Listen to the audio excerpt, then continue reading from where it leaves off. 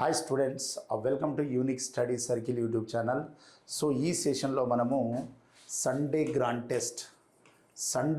Test ఏదైతుందో అది 96 grand టెస్ట్కి సంబంధించి అర్థమెటిక్ పార్ట్ ఎక్స్ప్లెనేషన్ చూద్దాం. సో ప్రతి సండే మనము ఎస్ఐ అండ్ కానిస్టేబుల్స్కి ఆఫ్లైన్లో కోచింగ్ తీసుకున్నటువంటి విద్యార్థులకు ప్రతి సండే 10 to 1 మనం గ్రాండ్ టెస్ట్ కండక్ట్ చేస్తున్నాం. ఈ నోటిఫికేషన్కి 96 గ్రాండ్ టెస్ట్లు కంప్లీట్ అయ్యాయి గత సండే తోటి. So next Sunday 97th grand test అనేది కండక్ట్ చేస్తున్నాం. సో 96 గ్రాండ్ టెస్ట్లో ఉన్నటువంటి అర్థమెటిక్ పార్ట్ ఎక్స్ప్లెనేషన్ చూద్దాం. సో 50 క్వశ్చన్స్ అర్థమెటిక్ నుండి ఉంటాయి. సో అందులో మనము ఫస్ట్ క్వశ్చన్ ఒకసారి అబ్జర్వ్ చేద్దాం. In a race of 100 meters, A can beat B by 10 meters and C by 13 meters. By how many meters will B beat C in a race of 180 meters? So ఏమంటుండంటే మనకు ABC అనే ముగ్గురు వ్యక్తులు ఉన్నారు. 100 మీటర్ల పరుగు పందెం compare చేస్తున్నాడు.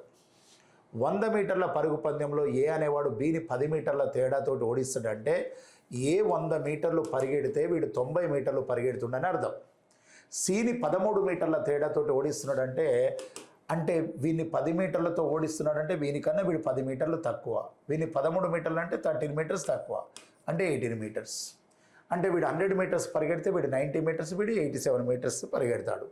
But next comparison ఎవరెవరికి ఇస్తున్నాడు అంటే మనకు బీకి సికి 180 మీటర్ల పందెంలో బి సిని ఎన్ని మీటర్ల తేడాతో ఓడిస్తాడంటే 180 మీటర్ల పందెం అంటే బి 180 కావాలంటే ఇంటూ 2 చేస్తే బి 180 పరిగెడతాడు. ఇది కూడా ఇంటూ 2 చేస్తే మనకేమవుతుందంటే 174 అవుతుంది. అంటే 180 మీటర్స్ బి పరిగెడితే 174 మీటర్స్ సి పరిగెడుతున్నాడు. కాబట్టి 180 మీటర్స్ రేసులో బి అనేవాడు సిని 6 మీటర్స్తో ఓడిస్తాడు. సో 6 మీటర్స్ అనేది మన ఆన్సర్ అవుతుంది. That is in the 4th option. Okay, so next question చూద్దాం.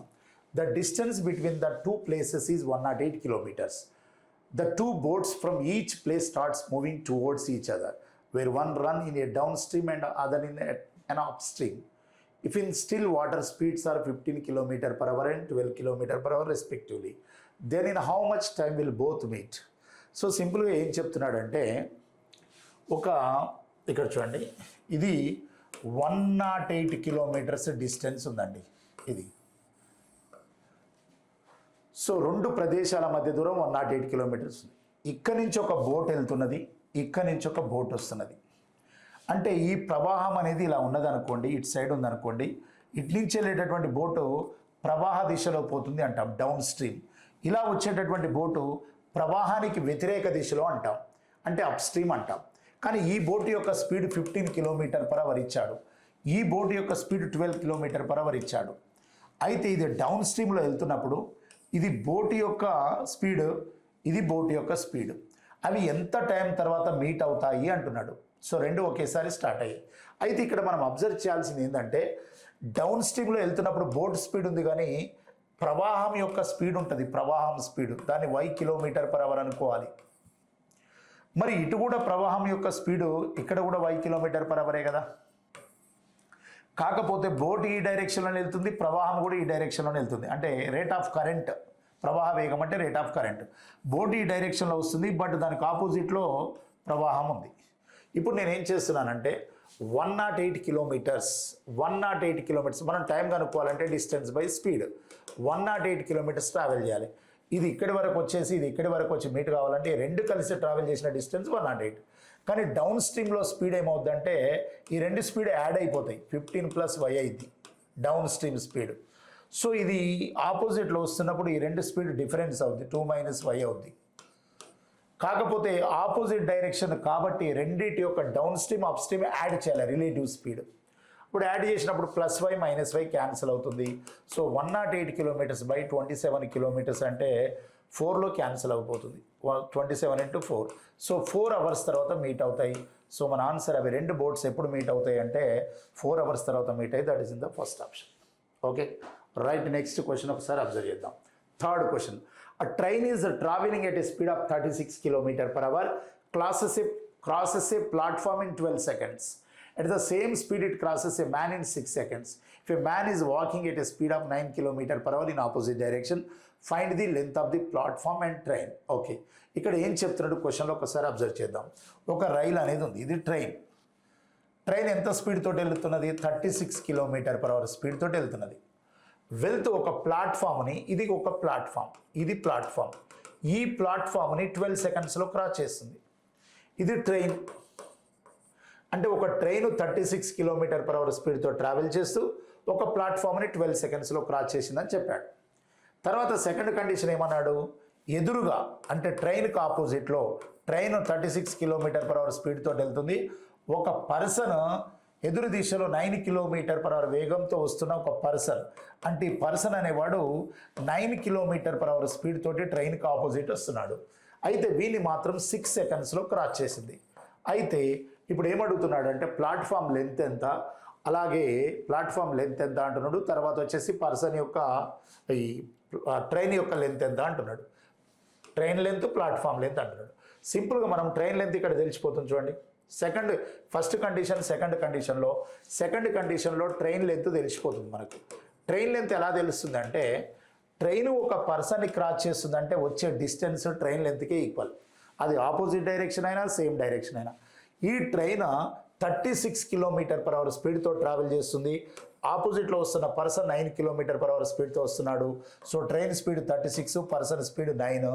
సో ఆపోజిట్ డైరెక్షన్లో అంటే రిలేటివ్ స్పీడ్ 45 అవుతుంది. సో 45 km/h మీటర్/సెకండ్లో కన్వర్ట్ చేయాలంటే 5/18. సో టైం వచ్చేసి 6 సెకండ్స్ అంటే ఇంటూ 6. సో 9 × 5, 9 × 2, 2 × 3. సో 25 × 3, 75 మీటర్స్ అనేది ట్రైన్ లెంత్ అవుతుంది. సో 75 ఏదైతుందో అదే మన ఆన్సర్ అవుతుంది. ఒకటే ఆప్షన్ ఉంది కాబట్టి 75 మీటర్స్ అనేది ట్రైన్ లెంత్ అవుతుంది. ఒకవేళ నీకు ప్లాట్ఫామ్ లెంత్ కూడా కావాలి అంటే డైరెక్ట్ ఇక్కడ చూడండి, ట్రైన్ ఒక ప్లాట్ఫామ్ని క్రాస్ చేస్తుందంటే ట్రైన్ ప్లస్ ప్లాట్ఫామ్ రెండింటి డిస్టెన్స్ వస్తుంది. ఎందుకంటే ట్రైన్ ప్లాట్ఫామ్ని క్రాస్ చేసేటప్పుడు వచ్చే డిస్టెన్స్ రెండు మిక్స్ అయి ఉంటుంది. కానీ ట్రైన్ పర్సన్ని క్రాస్ చేసేటప్పుడు ఓన్లీ ట్రైన్ లెంతే ఉంటుంది. సో ఇక్కడ 36 km/h ఇంటూ 5/18 చేస్తే మీటర్/సెకండ్లో కన్వర్ట్ అవుతుంది. టైం వచ్చేసి 12 సెకండ్స్. సో 18 × 2 36, 5 × 2 10, 10 × 12 అంటే 120 మీటర్స్ వచ్చింది. ఈ 120 మీటర్స్లో ట్రైన్ ఉంది ప్లస్ ప్లాట్ఫామ్ ఉంది. ఆల్రెడీ 75 మీటర్స్ ట్రైన్ ఉంది కాబట్టి 120లో మనకు 75 వెళ్ళిపోతే 25 + 20 అంటే ఈ 45 మీటర్స్ ఎవరు అవుతున్నారు? ప్లాట్ఫామ్ అవుతున్నారు. సో ఫస్ట్ ఆప్షన్ అనేది మన ఆన్సర్ అవుతుంది. సో డైరెక్ట్ ట్రైన్ లెంత్ కావాలంటే సెకండ్ కండిషన్కి అప్రోచ్ కావాలి. సో ట్రైన్ ప్లస్ ప్లాట్ఫామ్ కావాలంటే ఫస్ట్ కండిషన్లో నుంచి వెళ్ళాలి. Okay right, first option is the correct answer. Now fourth question. A train is traveling at a speed of 90 km/h, crosses a bridge in 36 seconds. Another train which is 100 meters smaller than the first is traveling at a speed of 45 km/h. How much time it will take to cross the bridge? Okay, ఇక్కడ ఒక పని చేద్దాం మనం. సింపుల్గా ఏం చెప్తున్నాడు అంటే, ఇది ఒక ట్రైన్, ఇది ట్రైన్ 1. ట్రైన్ 1 ఇది ఎంత స్పీడ్తో వెళ్తుంది? 90 km/h స్పీడ్తో వెళ్తుంది. 36 సెకండ్స్లో ఒక బ్రిడ్జిని క్రాస్ చేస్తుంది. ఇది బ్రిడ్జ్. 36 సెకండ్స్లో ఈ బ్రిడ్జిని క్రాస్ చేసింది. అది ఈ ట్రైన్ కన్నా 100 మీటర్స్ లెస్ ఉంటుంది. నెక్స్ట్ ఇంకొక ట్రైను, అంటే ట్రైన్ 1 కన్నా 100 మీటర్స్ తక్కువగా ఉంటుంది. ఇది దీనికన్నా 100 మీటర్లు తక్కువగా ఉంటుంది. అయితే ఎంత స్పీడ్తో ట్రావెల్ చేస్తుంది అంటే 45 km/h స్పీడ్తో ట్రావెల్ చేస్తుంది. సేమ్ బ్రిడ్జ్, ఇదే బ్రిడ్జ్. ఈ బ్రిడ్జ్ను ఎంత టైంలో క్రాస్ చేస్తుంది అంటున్నాడు. ఇక్కడ మనం అబ్జర్వ్ చేయాల్సింది ఏంటంటే, ఈ ట్రైన్ బ్రిడ్జ్ క్రాస్ చేస్తుంది అన్నప్పుడు train length plus bridge length వస్తుంది. ఈ ట్రైన్ బ్రిడ్జ్ క్రాస్ చేస్తుంది అన్నప్పుడు train length plus bridge length వస్తుంది. సో మనకు ఫస్ట్ ట్రైన్తో కంపేర్ చేస్తే సెకండ్ ట్రైన్ అనేది 100 మీటర్స్ లెంత్ ఉంటుంది. అంటే ఇక్కడ మనం అబ్జర్వ్ చేయాల్సింది ఏంటంటే, బ్రిడ్జ్ సేమ్ బ్రిడ్జ్, ఈ బ్రిడ్జ్ సేమ్ బ్రిడ్జ్, కానీ ఈ ఫస్ట్ ట్రైన్తో కంపేర్ చేస్తే సెకండ్ ట్రైన్ యొక్క లెంత్ 100 మీటర్స్ తక్కువగా ఉంది. సో నేనేం చేస్తున్నా అంటే ఫస్ట్ కండిషన్ తీసుకుంటున్నాను. ఫస్ట్ ట్రైన్ స్పీడ్ ఎంత ఉంది, డిస్టెన్స్ ఫైండ్ అవుట్ చేస్తున్నా. ఫస్ట్ ట్రైన్ స్పీడ్ 90 ఉంది. సో దాన్ని ఇంటూ 5/18 చేస్తే మీటర్/సెకండ్లో కన్వర్ట్ అవుద్ది. ఇంటూ 36 సెకండ్స్, 18 × 2, సో 90 × 2 180 అంటే 900 మీటర్స్ వచ్చింది. ఈ 900 మీటర్స్ ఏముందో తెలుసా? First train bridge. ఇప్పుడు సెకండ్ ట్రైన్ ప్లస్ బ్రిడ్జ్ కలిపితే ఎంత లెంత్ ఉంటుంది అంటే బ్రిడ్జ్ అనేది కామన్. మరి ఫస్ట్ ట్రైన్ కన్నా సెకండ్ ట్రైన్ 100 తక్కువ కాబట్టి ఇందులో 100 మైనస్ చేస్తే 800 వచ్చేస్తుంది. ఫస్ట్ది ప్లస్ బ్రిడ్జ్ది. ఫస్ట్ ట్రైన్ ప్లస్ బ్రిడ్జ్ ఎంత ఉంది? 900 మీటర్స్ ఉంది. సేమ్ బ్రిడ్జ్ ఉన్నప్పుడు ఇంకా తగ్గి 100 మీటర్స్ ట్రైన్లోనే తగ్గాలి. కాబట్టి టోటల్ డిస్టెన్స్లో 100 తగ్గిస్తే 800 మీటర్స్ వచ్చింది. ఈ 800 మీటర్స్ ఎవరు? Second train plus bridge. కానీ సెకండ్ ట్రైన్ ప్లస్ బ్రిడ్జ్ అనేది సో ఎంత స్పీడ్తో పోతుంది, ఎంత టైంలో అనేది మనకు టైం ఫైండ్ అవుట్ చేయమన్నాడంటే 800 మీటర్స్ డిస్టెన్స్ ట్రావెల్ చేయాలి. మనం టైం ఫైండ్ అవుట్ చేయాలంటే సెకండ్ ట్రైన్ యొక్క స్పీడ్ ఎంత ఉంది? 45 కిలోమీటర్ ఉంది కాబట్టి ఇంటూ 5/18 చేస్తున్నాను. ఎందుకు 5/18 అంటే ఇది కిలోమీటర్ పర్ అవర్లో ఉంది, ఇది మీటర్స్లో ఉంది. So 800 into 18/45 into 5. సో ఇక్కడ 9 ఇంటూ 2, 9 ఇంటూ 5. సో మనము 25 ఇంటూ 5 25 కదా, 25 3లో 75, 25 2లో 32 ఇంటూ 2 అంటే 64 సెకండ్స్ అనేది మన ఆన్సర్ అవుతుంది. సో 64 సెకండ్స్ అనేది మనకు ఫస్ట్ ఆప్షన్లో ఉంది. చూడండి 64 seconds. Okay, next question. A man travels 434 kilometers partly by train and partly by ship. He spends 8 hours more time on ship. If the velocity of ship is 25 km per hour and the velocity of train is 65 km per hour, how much distance does he cover by ship? Okay, ఇక్కడ మనకి ఏం చెప్తున్నాడు అంటే క్వశ్చన్లో ఒక person 434 kilometres వెళ్ళాడు. అయితే వాడు వెళ్ళేటప్పుడు కొంత ఎలా వెళ్ళాడు అంటే ట్రైన్లో కొంత వెళ్ళాడు, షిప్లో కొంత వెళ్ళాడు. రైటా? మనలో షిప్లో ట్రావెల్ చేసిన డిస్టెన్స్ ఎంత అంటున్నాడు. కాకపోతే ట్రైన్కి పట్టే టైంతో కంపేర్ చేస్తే షిప్కు పట్టే టైం 8 అవర్స్ ఎక్కువ. ట్రైన్లో ఎంత టైం ట్రావెల్ చేస్తుండో దానికన్నా 8 అవర్స్ ఎక్స్ట్రా ఎవరిలో ట్రావెల్ చేస్తున్నాడు? షిప్లో. షిప్ స్పీడ్ ఎంత ఇచ్చాడు? 25 కిలోమీటర్ పర్ అవర్ ఇచ్చాడు. ట్రైన్ స్పీడ్ ఎంత ఇచ్చాడు? 65 కిలోమీటర్ పర్ అవర్ ఇచ్చాడు. సో ఇప్పుడు మనం తెలుసుకోవాల్సింది ఏంటంటే ఈ డిస్టెన్స్ని 434లో షిప్ ఎంత డిస్టెన్స్, ట్రైన్ ఎంత డిస్టెన్స్ అని తీసుకోవాలంటే మీరు ఇలా ట్రై చేయమని 434 కిలోమీటర్స్లో షిప్ ఎక్స్ అనుకుంటే ట్రైన్ 434 మైనస్ ఎక్స్ అనుకోవచ్చు. బట్ ఇప్పుడు షిప్లో వెళ్ళింది ఎక్స్ అనుకుంటే ట్రైన్లో వెళ్ళింది 434 మైనస్ ఎక్స్. బట్ షిప్లో వెళ్తున్నప్పుడు స్పీడ్ 25 ఉంటే ట్రైన్లో వెళ్తున్నటువంటి స్పీడ్ 65 అయింది. Distance by speed time. So ఆ టైంలో వేరియేషన్ వచ్చేసి 8 ఉంది, 8 అవర్స్. ఇప్పుడు జనరల్గా 434 కిలోమీటర్స్ ఉన్నటువంటి డిస్టెన్స్ని నేను 434 కిలోమీటర్స్ ఉన్న డిస్టెన్స్ ఉంది కదా, ఈ 434 కిలోమీటర్స్ ఉన్నటువంటి డిస్టెన్స్ ఏదైతే ఉందో దాన్ని షిప్లో వెళ్తున్నది ఎంత, ట్రైన్లో వెళ్తున్నది ఎంతో తెలియదు. మనల్ని అడిగింది షిప్ కాబట్టి షిప్ ఎక్స్ అనుకుంటున్నాను. ఇది 434 మైనస్ ఎక్స్ అనుకుంటున్నాను. ఇది ట్రైన్ స్పీడ్ 65, షిప్ స్పీడ్ వచ్చేసి 25. సో ఈ రెండింటి యొక్క టైం డిఫరెన్స్ వచ్చేసి 8. సో మనము ఎల్సిఎం 25 ఉంది, 65 ఉంది కాబట్టి 25కి 65కి ఎల్సిఎం తీసుకుంటే 5 5 జార్ 5 13 జార్. సో లేదు అనుకుంటే డైరెక్ట్ 25 ఇంటూ 65 తీసుకున్న ప్రాబ్లమే లేదు మనకు ఎల్సిఎం. సో 25కి 25 వెళ్ళిపోతే 65 ఇంటూ ఎక్స్ 65x, 65కి 65 వెళ్ళిపోతే ఈ 25 ఇక్కడ మల్టిప్లై అవుద్ది. సో 25 ఇంటూ 434 అవుద్ది, మైనస్ 25 ఇంటూ ఎక్స్ 25x అవుద్ది. సో ఈ 25ని ఇన్సైడ్ మల్టిప్లై చేస్తున్నాను, ఈక్వల్స్ టు 8 అవుతుంది. సో ఇక్కడ మనకు ఇక్కడ అబ్జర్వ్ చేస్తే చూడండి 65x ఇది మైనస్ ప్లస్ అవుద్ది. సో 65x ప్లస్ 25x ఇది మైనస్ 25 ఇంటూ 434 అంటే మనము దీన్ని మల్టిప్లై చేస్తే 25 ఇంటూ 434 అంటే ఏమవుతుందో చూద్దాం ఒకసారి. సో 25 అంటే 4 ఇంటూ 1 4, 4 ఇంటూ 8 32, సో 4 ఇంటూ 5 0, 10,850 అవుతుంది. సో 10,850 ఈక్వల్స్ టు ఈ 25 ఇంటూ 65 ఇంటూ 8. సో ఇక్కడ 65 25 అంటే ఇది 90x అవుతుంది, ఈక్వల్స్ టు 25 ఇంటూ 8 అంటే మనకు 200 అవుతుంది. 200 ఇంటూ 65 అంటే 200 into 65 అంటే ఇది 130 అండ్ 13,000 అవుతుంది. సో 13,000 ప్లస్ 10,850 అవుతుంది. సో 90x ఈక్వల్స్ టు 13,000 అంటే 23,850 అవుతుంది. So 90x equals to 23,850. So 0 0 cancel చేద్దాం. సో 9 2s are 18, 5 ఉంటుంది 58, 9 6 are 54, 9 5s are 45.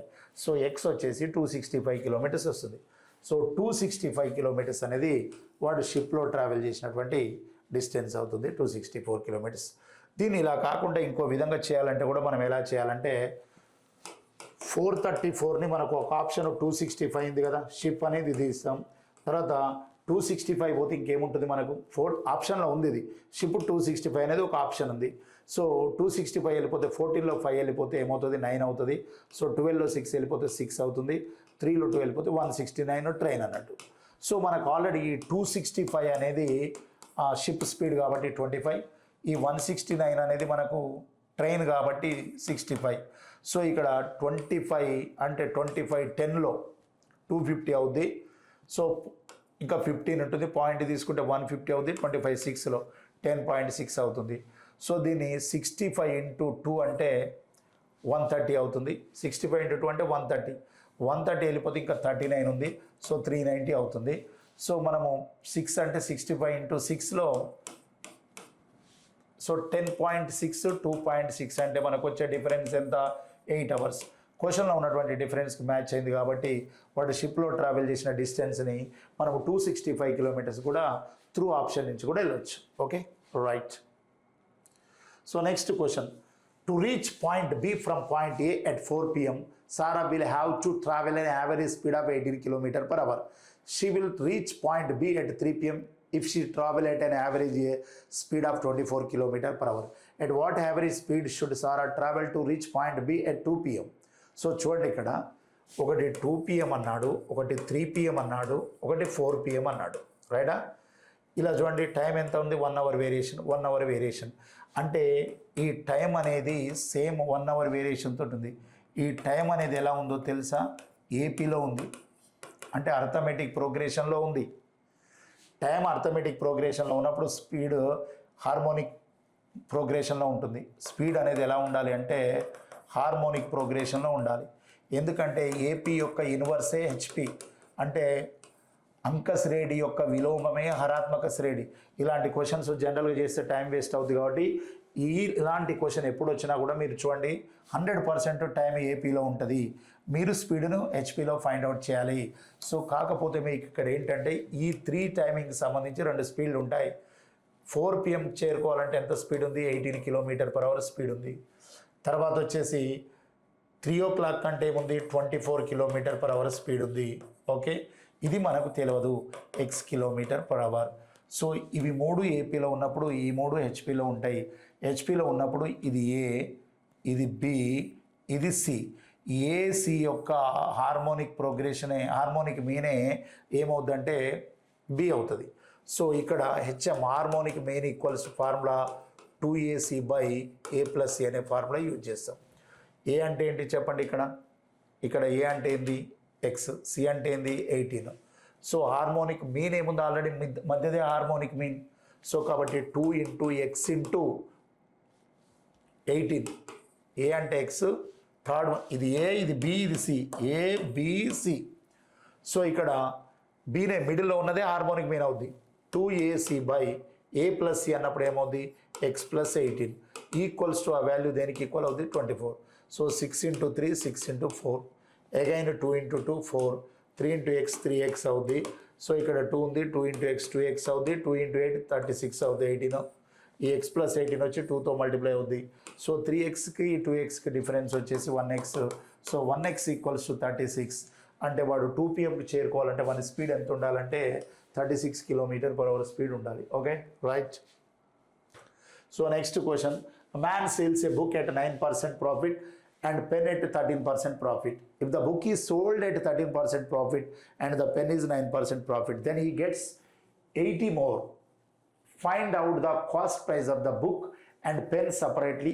If the book if both are bought for ₹20,000. Okay, ఇక్కడ మనం అబ్జర్వ్ చేయాల్సింది ఏంటంటే బుక్ అనేది ఒకటి ఉంది, పెన్ అనేది ఒకటి ఉంది, రైట్. సో బుక్ని 9% ప్రాఫిట్ అంటే +9%, తర్వాత పెన్ను 13% ప్రాఫిట్ +13. ప్రాఫిట్ అన్నప్పుడు ప్లస్ తీసుకుంటాం, లాస్ అన్నప్పుడు మైనస్ తీసుకుంటాం.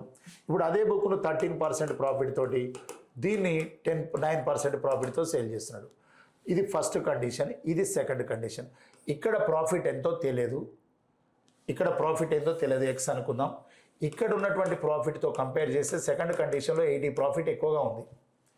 సో ఇక్కడ మనం అబ్జర్వ్ చేయాల్సింది ఏంటంటే ఇక్కడ ఫస్ట్ బుక్ను 9% ప్రాఫిట్, సెకండ్ పెన్నుని 13% ప్రాఫిట్ తోటి అంటే మన ప్రాఫిట్ ఎక్స్ అనుకుందాం. ఇప్పుడు బుక్ 13 అయింది, పెన్ను 9% అయింది, అప్పుడు ప్రాఫిట్ 9 ఇంక్రీజ్ అయింది.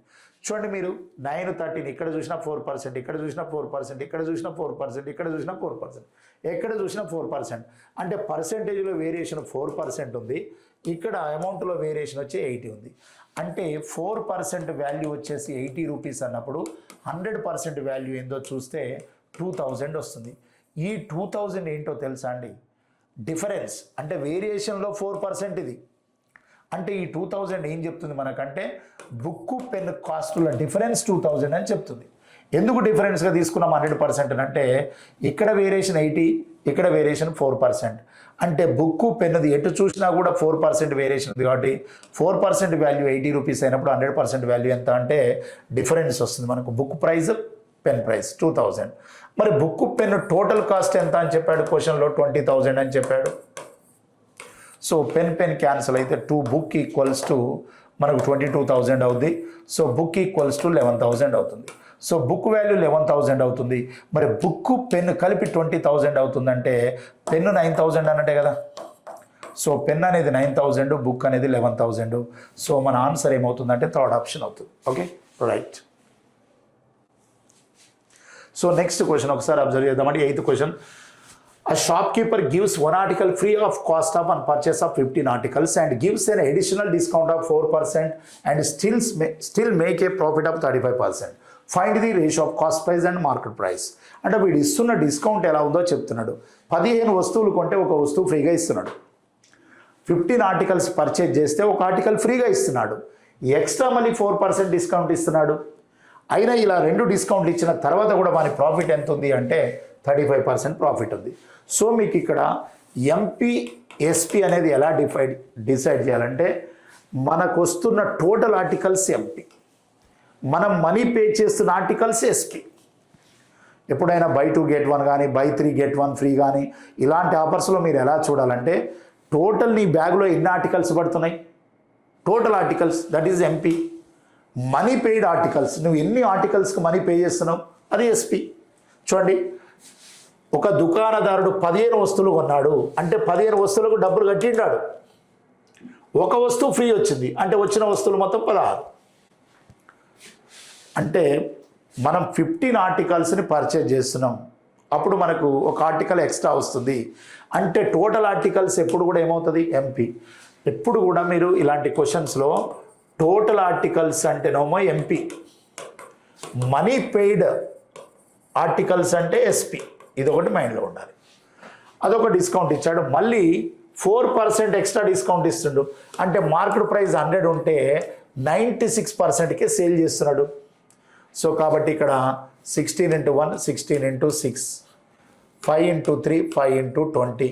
సో ఇది 20 into 1 20, 6 into 3 18. సో ఇది ఎంపీ, ఇది ఎస్పీ. ఇలా చేయడం వలన ఇది ఎంపీ, ఇది ఎస్పీ. ఈ అమౌంట్ కమ్మినా కూడా వానికి వచ్చిన ప్రాఫిట్ ఎంత అంటే 35%. అంటే ఈ 18 రూపీస్కి సేల్ చేస్తే మనకి ఎంత పర్సెంట్ ప్రాఫిట్ ఉంది? 35. సో 135/100 ఇది ఎస్పీ అవుద్ది, ఇది సిపి అవుద్ది. 35% ప్రాఫిట్ ఉందంటే ఇది ఎస్పీ, ఇది సిపి. కానీ ఈ 35% ప్రాఫిట్ కాస్ట్ ఎంత ఉంది? 18 ఉంది. మనం 100% ఏదో ఫైండ్ అవుట్ చేద్దాం. 100/135 into 18 చేస్తే so 9 into 1 9 into 5, so 9 into 2, so 5 into 3 5 into 2 20. 40/3 అనేది 40/3 అనేది ఏమవుతుందంటే సిపి ఆఫ్ ద ఆర్టికల్ అవుతుంది, సిపి. సో ఇక్కడ మనకు 135 అంటే 9 into 1 9 into 5 9 into 2, so 5 into 3 5 into 20. 40/3 అనేది ఏమవుతుందంటే సిపి ఆఫ్ ద ఆర్టికల్. మనకేం ఫైండ్ అవుట్ చేయమన్నాడు, ఎంపీకి సిపికి రేషియో ఫైండ్ అవుట్ చేయమన్నాడా. సో సిపికి ఎంపీకి రేషియో ఎంత అన్నాడు, CP MP ratio find out చేయాలంటే సిపి 40/3 అవుతుంది, ఎంపీ 20 అవుతుంది. ఓకే, సో ఇక్కడ మనం 21లో 22లో క్యాన్సిల్ చేస్తే సో 2:3 అనే ఆప్షన్ ఏదైతుందో మనకు సిపికి ఎంపీకి ఉన్నటువంటి రేషియోని రిప్రజెంట్ చేస్తుంది.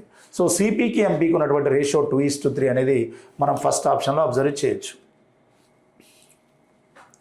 So next question, 1 horse and 1 cow were purchased for ₹15,000. The horse was sold at a loss of 5%. Cow was sold at profit of 10%. In this trade, there is neither profit nor loss. Then find the cost price of the horse. చూడండి ఇక్కడ ఇది common standard question. Horse కౌను కలిపి 15,000 CP ఉంది, total CP. ఆ రెండింటి కలిపి 15,000 కొన్నాడు. Once మనం సేల్లోకి వెళ్తే ఇది హార్స్, ఇది కౌ. హార్స్ని 5% లాస్ అంటే 95%కి సేల్ చేశాడు, అండ్ కౌని 10% ప్రాఫిట్ అంటే 110. ఫైనల్గా అతనికి ప్రాఫిట్ లేదు, లాస్ లేదంటే 100. సో ఒక దానిపైన 5% లాస్ ఉంది, నెక్స్ట్ దానిపైన 10% ప్రాఫిట్ ఉంది. ఓవరాల్ ట్రాన్సాక్షన్లో చూస్తే మనకి ప్రాఫిట్ లేదు, లాస్ లేదంటే సో మనం అలిగేషన్ మెథడ్ యూజ్ చేస్తే 95కి 100కి 5 డిఫరెన్స్, 110కి 100కి డిఫరెన్స్ 10. సో 2:1 అనేది మనకు హార్స్కి కౌ కాస్ట్ల రేషియో వచ్చింది. But total ratio is equals to 3 parts, total cost equals to 15,000. So 3 parts value 15,000 అంటే ఇంటూ 5,000 అవుతుంది. మనం ఫైండ్ అవుట్ చేయాల్సింది హార్స్ కాబట్టి 2 parts అంటే 2 parts ఇంటూ 5,000 చేస్తే మనకు హార్స్ యొక్క కాస్ట్ 10,000 వస్తుంది. సో 10,000 అనేది గుర్రం యొక్క కొనుగోలు ధర, that is in the first option. So next question, 10th question observe చేద్దాం. A person bought some articles at the rate of 5 per rupee and the same number at the rate of 4 per rupee. He mixed both types and sold at the rate of 9 for rupees 2. In this business, he suffered a loss of rupees 3. Then the total number of articles bought by him was. So ఇలాంటి questions మనం observe చేసేటప్పుడు ఎప్పుడైనా కూడా ఒక దాని cost ఏందో తెలవాలంటే amount by articles తీసుకోవాలి. మనం అమౌంట్ బై ఆర్టికల్స్ తీసుకోవాలి. ఎలా అంటే సపోజ్ నువ్వు 200 రూపీస్ ఉన్నాయి, 200 రూపీస్కి నువ్వు ఒక 10 యాపిల్స్ తీసుకున్నావు, ఇది కాస్ట్. 200 రూపీస్కి నువ్వు 10 యాపిల్స్ తీసుకున్నావు అంటే ఈచ్ కాస్ట్ ఎంత అంటే 20 రూపీస్. అంటే ఒక దాని ప్రైస్, ఒక ఆర్టికల్ యొక్క ప్రైస్ తెలియాలంటే amount means expenditure, expenditure by number of articles తీసుకోవాలి. అంటే మనం ఖర్చు చేస్తున్న డబ్బులు బై వస్తువులు తీసుకుంటే ఒక దాని ధర వస్తుంది. మనం ఖర్చు చేస్తున్న అమౌంట్ ఎంత, మనం తీసుకున్న వస్తువులేని చేస్తే మనకు ఒక దాని యొక్క ప్రైస్ వస్తుంది. ఇక్కడ ఎలా ఉన్నాడంటే ఫస్ట్ ఒక వెరైటీ కొన్నాడు, దాన్ని CP1 అనుకుంటున్నా. నెక్స్ట్ వెరైటీ కొన్నాడు, CP2 అనుకుంటున్నా. ఈ రెండింటి కలిపి సేల్ చేశాడు, అది SP అనుకుంటున్నాను. ఎలా పర్చేజ్ చేశాడంటే కొన్ని వస్తువులను ₹1కి 5 చొప్పున, అంటే CP1 ఎలా ఉందంటే 1 రూపీకి 5 లాగా తీసుకున్నాడు. 1 రూపీకి 5 లాగా తీసుకున్నప్పుడు 1/5 ఎందుకు తీసుకోవాలంటే అమౌంట్ బై ఆర్టికల్స్ అనేది ప్రైస్ అని చెప్తుంది, ధర అని చెప్తుంది. సో డబ్బులు బై వస్తువులు. తర్వాత వచ్చేసి అదే సంఖ్యలో సేమ్ నెంబర్ ఆఫ్ ఆర్టికల్స్ ₹1కి 4 చొప్పున కొనుగోలు చేశాడు, 1/4. తర్వాత అన్నింటిని కలిపి ₹2కి 9 చొప్పున అమ్మాడు, 2/9. అంటే సింపుల్గా ఫస్ట్ వెరైటీ కాస్ట్ ఎంత అంటే 1/5. అంటే ఫస్ట్ వెరైటీ ఏదైతుందో దాంట్లో ఒకదాని కాస్ట్ 1/5, సెకండ్ వెరైటీ ఏదైతుందో దాంట్లో ఒకదాని కాస్ట్ 1/4. ఈ రెండు మిక్స్ చేసిన తర్వాత సేల్ చేసేటప్పుడు ఒకదాని సెల్లింగ్ ప్రైస్ ఎలా ఉందంటే 2/9 ఉంది. అసలు వీడు ఫస్ట్ వెరైటీ ఎన్ని తీసుకున్నాడు, సెకండ్ వెరైటీ ఎన్ని తీసుకున్నాడు, ఈ రెండు మిక్స్ చేసి సేల్ చేస్తున్నాడు అంటే డినామినేటర్స్ క్యాల్సియం చూడాలి. 5, 4, 9 అంటే 5 × 4 20, 20 × 9 అంటే 180. అంటే సింపుల్గా 180 ఆర్టికల్స్ అనుకోవాలి మనం. ఫస్ట్ వెరైటీ 180 ఆర్టికల్స్ అనుకుందాం, 180 CP1. సెకండ్ వెరైటీ కూడా 180 CP2. ఈ 180 ఆర్టికల్స్ని ఎలా తీసుకున్నాడంటే 180 ఎలా తీసుకున్నామంటే డినామినేటర్స్ని బట్టి ఈక్వల్ నెంబర్ ఆఫ్, ఈ ఫస్ట్ వెరైటీ ఎన్నో, సెకండ్ వెరైటీ కూడా అన్నీ. కానీ ఈ రెండింటి క్యాల్సియం చేయకుండా ఇక్కడ కూడా ఎందుకు చేస్తున్నారంటే SP చేసేటప్పుడు కూడా ఈజీగా క్యాన్సిల్ కావడానికి. So 180 articles first variety 180 articles తీసుకున్నాడు, ఒకదాని కాస్ట్ ఎంత అంటే 1/5. సెకండ్ వెరైటీ కూడా 180నే తీసుకున్నాడు, ఒకదాని కాస్ట్ ఎంత అంటే 1/4. నెంబర్ ఆఫ్ ఆర్టికల్స్ సేమ్ ఉన్నాయి కానీ ప్రైస్ వేరే ఉంది. సో ఇది 5 3s are 5 6 are 36 రూపీస్ అయింది, 4 4s are 4 5s are అంటే సింపుల్గా వీటికి 81 రూపీస్ అయింది. ఈ 81 రూపీస్ అనేది సిపి, రెండు వీటి యొక్క సిపి అంటే 360 సిపి. అంటే ఫస్ట్ వెరైటీ 180, సెకండ్ వెరైటీ 180, 360 వస్తువులను కొనడానికి వానికి అయిన ధర ఎంత అంటే 81 రూపీస్ అయింది. కానీ ఇప్పుడు ఈ రెండు మిక్స్ చేశాడంటే 180 మిక్స్ చేశాడంటే ఈ 360ని సేల్ చేశాడు. ఎలా సేల్ చేశాడు? కాస్ట్ ఎలా?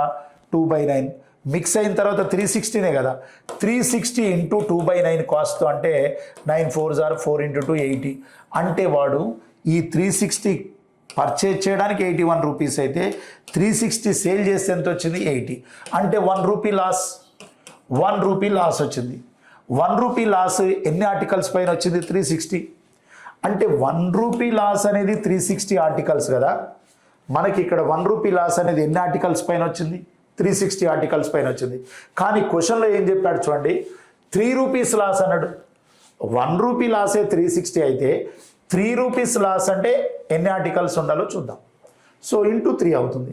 సో 3/1 ఇంటూ 360 అంటే 1080. సో 900 + 180, 1080 అనేది మన ఆన్సర్ అవుతుంది. సో 1080 అనేది మనకు ఫస్ట్ ఆప్షన్లో ఉన్నది. Okay, right. నెక్స్ట్ క్వశ్చన్ ఒకసారి అబ్జర్వ్ చేద్దాం. 11th question. The population of a village was 900. In a year with the increase in a population, males 8% and females are 5%. The population of the village becomes 10458. What was the number of males in the village before increase? Right. ఇక్కడ చూడండి సింపుల్గా ఇప్పుడు 9800 ఉన్నదండి. ఒక విలేజ్లో స్టార్టింగ్లో population 9800 ఉంది. ఇప్పుడు ఇక్కడికి వచ్చేసరికి ఇప్పుడు 10,458 అయింది. 10,458 అయిందంటే ఎంత ఇంక్రీజ్ అయిందో చూద్దాం. ఇక్కడ 10,000 కన్నా 458 ఎక్స్ట్రా ఉంది, 10,000 కన్నా 200 తక్కువ ఉంది. ఇటు 200 తక్కువ, 458 ఎక్కువ, అంటే డిఫరెన్స్ వచ్చేసి 658. అంటే మేలు ఫిమేల్ టోటల్ పాపులేషన్లో వేరియేషన్ ఎంత అంటే 658. ఇక్కడ మనం అబ్జర్వ్ చేయాల్సింది ఈ 658 వేరియేషన్ వచ్చింది ఓకే. కానీ ఇక్కడ ఏమన్నాడంటే మనకేం చెప్పాడంటే మేల్ ఎంత పర్సెంట్ అన్నాడు? 8% అన్నాడు. ఫిమేల్ ఎంత పర్సెంట్ అన్నాడు? చూడండి ఇక్కడ 8% వచ్చేసి ఎవరు? మేల్. ఫిమేల్ ఎంత పర్సెంట్ అన్నాడు? 5% అన్నాడు. అంటే మేల్ 8%, ఫిమేల్ 5% ఇంక్రీజ్ అయిన తర్వాత ఆ పాపులేషన్ అలా అయింది. అయితే స్టార్టింగ్లో మేల్ ఎంత ఉంది అన్నాడు. సో దీన్ని 2-3 మెథడ్స్లో చేయొచ్చు. సో ఒక సింపుల్ మెథడ్ మనం చూద్దాం. ఇక్కడ నేనేమంటున్నానంటే మేల్ 8% ఉంది, ఫిమేల్ 5% ఉంది. వీళ్ళు 8% పెరిగారు, వీళ్ళు 5% పెరిగారు. అప్పుడు టోటల్ 658 పెరిగింది. కానీ క్వశ్చన్లో మేల్ అడుగుతున్నాడు. ఎప్పుడైనా ఇలాంటి క్వశ్చన్లో మేల్ ఎంత అని అడుగుతున్నాం, ఫిమేల్ పర్సెంట్కి ఈక్వల్ చేయండి, ఫిమేల్ అన్నప్పుడు మేల్కి ఈక్వల్ చేయండి. నేనేం చేస్తున్నానంటే ఫిమేల్ ఎంత పర్సెంట్? 5% పెరుగుతున్నారు, మేల్ ఎంత ఉన్నారు? 8. మేల్ అడిగాడు కదా, మేల్ పర్సెంట్కి ఈక్వల్ చేయకుండా ఫిమేల్ పర్సెంట్కి ఈక్వల్ చేయండి.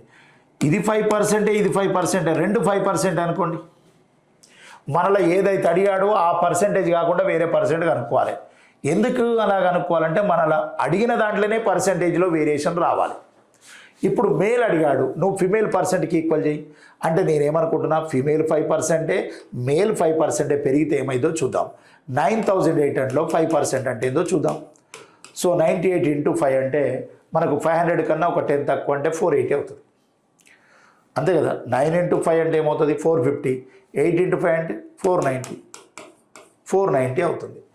అంటే జనరల్గా మీరు అబ్జర్వ్ చేయండి, మేల్ 8%, ఫిమేల్ 5% పెరిగితే ఎంత పెరిగింది? 658. కానీ ఇద్దరు 5% అంటే ఎంత పెరిగింది? 490. అంటే ఇప్పుడు 490కి 658కి డిఫరెన్స్ ఎంత?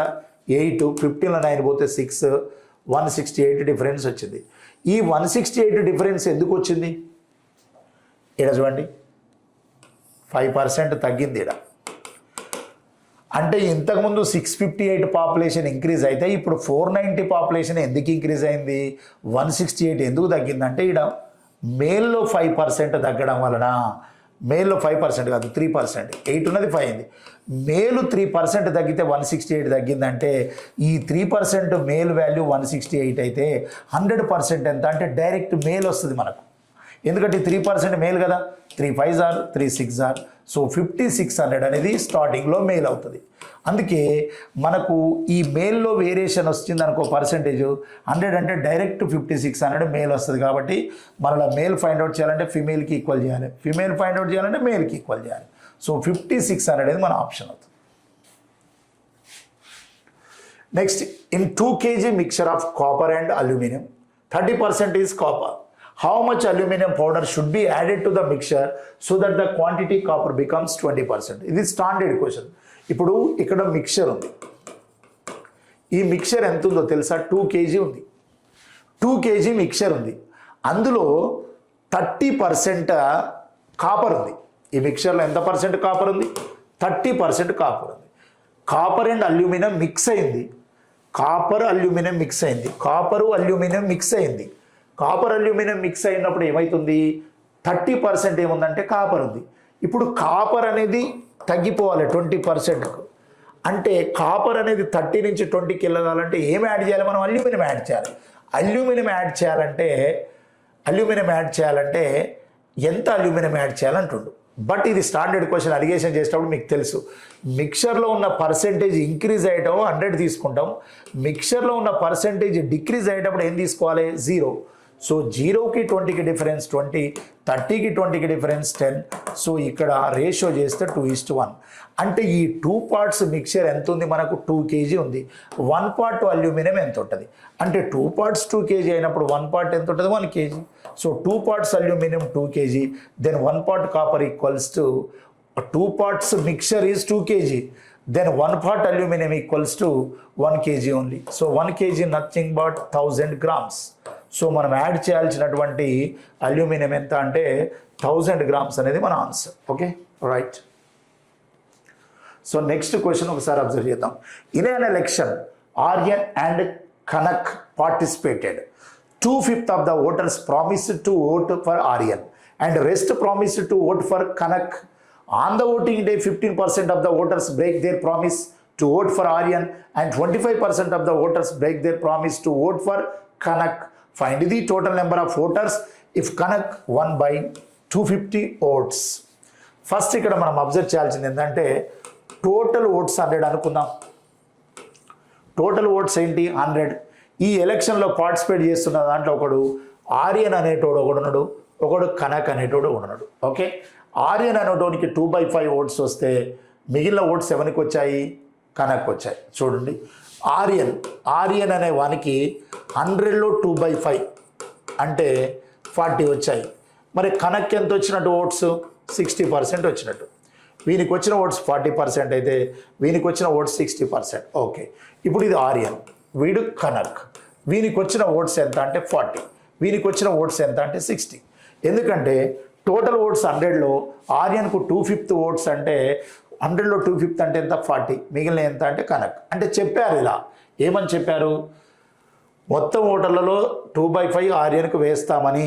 అంటే వీళ్ళు చెప్పింది ఎలా ఉందంటే 100 మంది ఉన్నారనుకోండి ఒక గ్రామంలో, ఆర్యన్ దగ్గరికి వచ్చి ఏం చెప్పారంటే 40 మంది నీకు వేస్తాము, మేము 40 మంది నీకే ఓటేస్తామని చెప్పారు. కనక్ దగ్గరికి వచ్చి 60 మంది నీకే ఓటేస్తామని చెప్పారు. కానీ ఎలక్షన్ రోజు వాళ్ళ ప్రామిస్ను బ్రేక్ చేశారు. బ్రేక్ చేసి ఏం చేశారంటే ఓటింగ్ రోజున ఆర్యన్కు హామీ ఇచ్చిన వారిలో 15%, అంటే ఆర్యన్కి ఎవరైతే ఇచ్చారో వీళ్ళ దాంట్లో ప్రామిస్ బ్రేక్ చేసిన వాళ్ళు 15%, కనక్కు ప్రామిస్ చేసిన దాంట్లో 25% బ్రేక్ చేసింది. అంటే దీని అర్థం ఏంటో తెలుసా? 60లో 25% అంటే ఏంటి చెప్పండి? 15. 40లో 15% అంటే ఏం చెప్పండి? 6. అంటే ఆర్యన్కు ప్రామిస్ చేసిన దాంట్లో ప్రామిస్ బ్రేక్ చేసింది 15%. అంటే 40లో 15% ఎంత? 6. అంటే 6 ఓటు వేయలేదు దీనికి. మరి కనక్కు 25% ప్రామిస్ బ్రేక్ చేశారంటే వాళ్ళు ఎంతమంది ఓటు వేయలేదు? 15 మంది వేయలేదు. ఓకే, ఇప్పుడు 40లో 6 మెంబర్స్ ఓటు వేయలేదంటే వీనికి 34, వీనికి 40లో 15% అంటే 6 మెంబర్స్ వీనికి ఓటు వేయలేదు. 60లో 25% అంటే 15 మెంబర్స్ వీనికి ఓటు వేయలేదు. తర్వాత ఏం జరిగిందంటే 15 మెంబర్స్ వీనికి ఓటు వేయలేదంటే వీనికి వేసినట్టే కదా. 6 మెంబర్స్కి వీనికి ప్రామిస్ బ్రేక్ చేసినట్టే వీనికి ఓటు వేసినట్టే కదా. ఎవరికైతే తగ్గుతుందో మిగతావనికి ఓటు వేసినట్టు. సో ఇది 55. 40 + 15 అంటే 55. 55లో 6 తగ్గిపోవాలి అంటే 49. అంటే వీనికి 49% ఓట్స్ వచ్చాయి. ఇది 66. లేదంటే 15లో 6 వెళ్ళిపోతే ఏముంది 9. 69 అంటే 15 తగ్గిపోయింది. 60లో 15 తగ్గిపోతే ఎంత 45. 45 + 6 51 అంటే వీని కోటేషన్ వాళ్ళు 51%. ఇప్పుడు Aryan win అయ్యాడా Kanak win అయ్యాడంటే 250 ఓట్లతోటి Kanak win అయ్యాడు. మరి వీళ్ళిద్దరి వచ్చిన ఓట్ల డిఫరెన్స్ 2%. ఆ 2% ఓట్స్ ఎంతకి ఈక్వల్ 250 అంటే ఇంటూ 125 అవుతున్నట్టే కదా. 2% వాల్యూ 250 అంటే ఇంటూ 125. మరి 100 కూడా ఇంటూ 125 అవుతుంది. సో టోటల్ ఓట్స్ అంటే 100 × 125. సో 12,500 అనేది టోటల్ ఓట్స్ అవుతుంది. That is in the third option. Right అండి. నెక్స్ట్ క్వశ్చన్ ఒకసారి అబ్జర్వ్ చేద్దాం. A reduction of 33 1/3% in the price of an item would enable a buyer to get 4 more items per rupee. What is the price before reduction? Simple, చాలా base question ఇది. ఒక వస్తువు ధరను 33 1/3% తగ్గించాం. అసలు 33 1/3% అంటే ఏంటి? 1/3. తగ్గించడం అంటే ఏంది? 2/3. అంటే కాస్ట్ అనేది దీని యొక్క ప్రైస్ అంటే ధర. దీని ప్రైస్ అంటే ధర అనేది తగ్గింది. 1/3 తగ్గడం అంటే 3 ఉన్నది 2 అయిందంటే ఫస్ట్ 3 భాగాలు ఉన్న ధర ఇప్పుడు ఎన్ని భాగాలు అయినట్టు? 2 భాగాలు అయినట్టు ధర. కానీ కన్జంప్షన్, వినియోగం, క్వాంటిటీ, ధర తగ్గినప్పుడు క్వాంటిటీ అంటే పరిమాణం. ధర తగ్గినప్పుడు ఏమైందో తెలుసా? క్వాంటిటీ పెరుగుద్ది. ధర పెరిగినప్పుడు క్వాంటిటీ తగ్గుద్ది. ప్రైస్కు రివర్స్లోనే క్వాంటిటీ ఉంటుంది. ఇది 3:2 ఉంటే ఇది 2:3 ఉంటుంది. అయితే ₹1కి 4 ఎక్కువ వస్తువులు కొనగలడు. అంటే కాస్ట్లో ఇక్కడ చూడండి 4 వస్తువులు ఎక్కువగా కొనగలడు. అయితే తగ్గక ముందు ధర ఎంత అన్నాడు? కాస్ట్. ఓకే, ఇక్కడ ఏమన్నాడు? ఆల్రెడీ మనకి ఇక్కడ సింపుల్గా చెప్తున్నది ఏంటంటే 4 more ఆర్టికల్స్ అన్నాడు. ఇక్కడ మనకి ఇక్కడ అబ్జర్వ్ చేస్తే ఏమవుతుందంటే ధర ₹1 33 1/3% ₹1కి 4 వస్తువులు ఎక్కువగా కొంటున్నాడు. 4 వస్తువులు ఎక్కువగా కొంటున్నాడు. సో ఇక్కడ 4 ఎక్కువ వస్తువులు కొంటున్నా అంటే ఇక్కడ 2 భాగాల వస్తువులు కొనేటోడు ఇప్పుడు ఎన్ని భాగాల వస్తువులు కొంటుండు? 3. అంటే ధరలో అంటే పరిమాణంలో ఎన్ని వస్తువులు ఎక్కువ పెరిగింది? 1. సో 1 వాల్యూ ఎంత ఉంది? ఇక్కడ మనకు 4 అని ఉంది క్వశ్చన్లో. అంటే చూడండి 4 వస్తువులు ఎక్కువగా కొంటున్నాడు. 3 భాగాలు ఉన్న ధర 2 భాగాలైంది. 3 parts ఉన్న కాస్ట్ 2 parts అయింది. అంటే 2 parts పర్చేజ్ చేయాల్సినవి 3 parts పర్చేజ్ చేశాడు. అంటే 1 part ఎక్కువగా పర్చేజ్ చేశాడు. అది 4 ఆర్టికల్స్ ఎక్కువ అన్నాడు. 1కు 4 అయినప్పుడు 2 ఏమవుతుంది? ఒరిజినల్ అంటే 2నే కదా, 8 అవుద్ది. అంటే ఎన్ని ఆర్టికల్స్ పర్చేజ్ చేసేవాడు స్టార్టింగ్లో అంటే 8 for ₹1. ₹1 ఎందుకు వచ్చిందంటే ఇక్కడ ₹1 కానీ చెప్పాడు ఆల్రెడీ. సో కాబట్టి 8 for ₹1 అనేది మన ఆన్సర్ అవుతుంది. Next question, 15th question. If 400 people can work for 9 hours a day and finish 1/4 of a work in 10 days, then how many more people should be employed to complete the remaining work in 20 days by all doing these 8 hours a day? Okay. So సింపుల్గా ఇక్కడ members ఉన్నారు, hours ఉంది, days ఉంది, work ఉంది. అంటే మనం use చేయాల్సిన formula chain రూల్లో M1 D1 T1 by W1 = M2 D2 T2 by W2 అనే ఫార్ములా యూజ్ చేయాలి. ఫస్ట్ 400 మెంబర్స్ అన్నాడు, 10 days అన్నాడు. సో డైలీ 9 hours అన్నాడు. వాళ్ళు చేసిన వర్క్ 1/4 వర్క్ అన్నాడు. 1/4 వర్క్ వెళ్ళిపోతే బ్యాలెన్స్ వర్క్ ఎంత? 3/4 వర్క్. సో మీ మెంబర్స్ ఎంతో తెలియదు, M2 తెలియదు. 20 daysలోనే ఫినిష్ చేయాలన్నాడు. సో డైలీ 8 hours అన్నాడు. ఈ 4 క్యాన్సిల్ అయిపోతుంది. సో మనకు 20 × 20 చేస్తేనే 400 అవుతుంది. సో ఇక్కడ 4 2s are 8, 4 5s are 20, again 2 5s are 10. So మనం ఇక్కడ 5 × 5 × 9 అంటే 25 × 9 అంటే 225 అవుతుంది. సో ఇది ఇంటూ 3 అవుతుంది, = M2 అవుతుంది. ఇది 75 అవుతుంది, 600 అవుతుంది కాబట్టి ఇది 675 అవుతుంది. M2 675. How many more men are required అన్నాడు. బేసిక్గా ఎంత మెంబర్స్ ఉన్నారు? 400 మెంబర్స్ ఉన్నారు. ఇప్పుడు రిక్వైర్మెంట్ ఎంత ఉంది? 675. సో 675కి 400కి డిఫరెన్స్ చూస్తే మనకు వచ్చే ఆన్సర్ ఎంత అంటే 275. సో ఎంతమంది ఎక్స్ట్రా కావాలి అంటే 275 మెంబర్స్ ఎక్స్ట్రా కావాలి. ఓకే, సో నెక్స్ట్ క్వశ్చన్ చూద్దాం. అమిత్, భావన and Chandan take 1 day to complete a work together. Amit is 5 times efficient than Bhavana and Chandan takes half days from the days Bhavana takes to complete the work. What is the difference between the days taken by Amit and Chandan to finish the work alone? So ఈ క్వశ్చన్లో ఏం చెప్తున్నాడంటే సింపుల్గా అమిత్, భావన, చందన్ వాళ్ళ efficiency ఇస్తున్నాడు. చూడండి, అమిత్ భావన and Chandan takes complete 1 day work. Amit is 5 times. Okay, Amit, భావన, చందన. రైట్, ఇక్కడ అబ్జర్వ్ చేస్తే ఈ అమిత్, భావన, చందన అనే ముగ్గురు కలిస్తే ఒక వర్క్ని ఎన్ని డేస్లో చేస్తున్నారు? 1 dayలోనే చేస్తున్నారు. కానీ వాళ్ళ యొక్క ఎఫిషియన్సీ, సామర్థ్యం యొక్క నిష్పత్తి ఎలా ఉందో చూడు. అమిత్ సామర్థ్యం భావన కంటే 5 రెట్లు ఎక్కువ. అంటే భావన 1 part ఉంటే అమిత్ది ఎంత ఉంది? 5 భాగాలు ఉంది. భావన 1 భాగం పని చేస్తే అమిత్ 5 భాగాల పని చేస్తున్నాడు.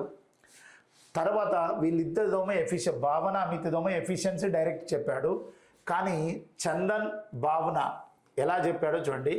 చందన్ భావన పని పూర్తి చేయడానికి పట్టే రోజుల్లో సగం రోజుల్లోనే పనిచేస్తాడు. అంటే ఏమర్థమవుతుంది ఇక్కడ? చందన్ భావన పని పూర్తి చేయడానికి పట్టే రోజుల్లో సగం రోజుల్లోనే పనిచేస్తాడంటే చందన్ అనేటోనికి భావన అనేటోళ్ళకి పట్టే టైం కన్నా హాఫ్ టైంలో పడుతుంది. అంటే అర్థమైంది, భావనకు 10 days పడుతుంది అనుకో, చందన్కి 5 days పడుతుంది. భావనకు 20 days పడుతుంది అనుకో, చందన్కి 10 days పడుతుంది. అంటే డేస్ ఆఫ్ అవుతున్నాయి అంటే ఎఫిషియన్సీ డబుల్ అవుతున్నట్టే కదా. చందన్ ఎఫిషియన్సీ భావన ఎఫిషియన్సీ కన్నా డబుల్ ఉన్నది. సో ఎఫిషియన్సీ ఆఫ్ అమిత్, భావన, Chandan is 5:1:2. So this total efficiency is equals to 8 parts.